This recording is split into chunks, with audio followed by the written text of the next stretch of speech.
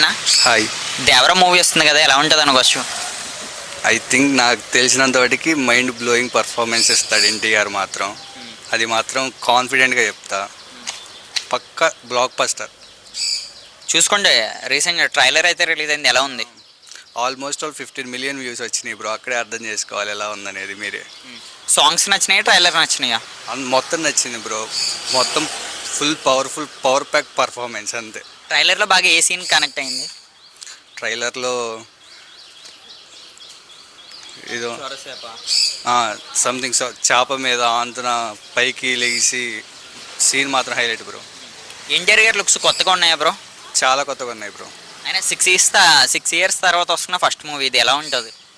చెప్పాను కదా bro, super hit అంతే, బ్లాక్ బస్టర్. చాలామంది రూమర్స్ చేస్తున్నారు సినిమా కాపీ అని, మీరేమంటారు ఈజ్ అ ఫ్యాన్గా?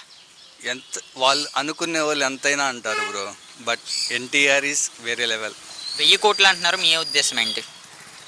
రావచ్చు బ్రో, దానిపైనే రావచ్చు. కల్కి రికార్డ్స్ బ్రేక్ చేస్తుందా దేవర? మేబీ. వన్ వర్డ్లో దేవర సినిమా మీద మీ అభిప్రాయం? మంచి ఒపీనియన్ ఉంది బ్రో.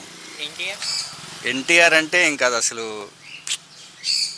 చెప్పలేం బ్రో, అది మాటలో చెప్పగలిగేది కాదు అది. ఓకే, వన్ వర్డ్లో దేవరాలో డబల్ రోల్ ఎన్టీఆర్ గారు, ఆడియన్స్కి ఎలా అనిపిస్తుందో 6 సంవత్సరాల తర్వాత తన హీరోని 2 సార్లు చూస్తే? మళ్ళీ అడగండి. ఎన్టీఆర్ గారు దేవర సినిమాలో డబల్ రోల్, ఫ్యాన్స్ 6 సంవత్సరాల తర్వాత ఎన్టీఆర్ గారిని చూస్తే ఎలా ఉంటుంది? ప్రతిసారి డబల్ తీసినప్పుడల్లా పర్ఫార్మెన్స్ బాగాలేదు, లేకపోతే సంథింగ్ అది బ్లాక్ బస్టర్ అవ్వదు అనే ఒపీనియన్స్ ఉంటాయి అందరికీ. బట్ ఇది మాత్రం వేరే లెవెల్ ఉంటుంది సినిమా మాత్రం. Thank you.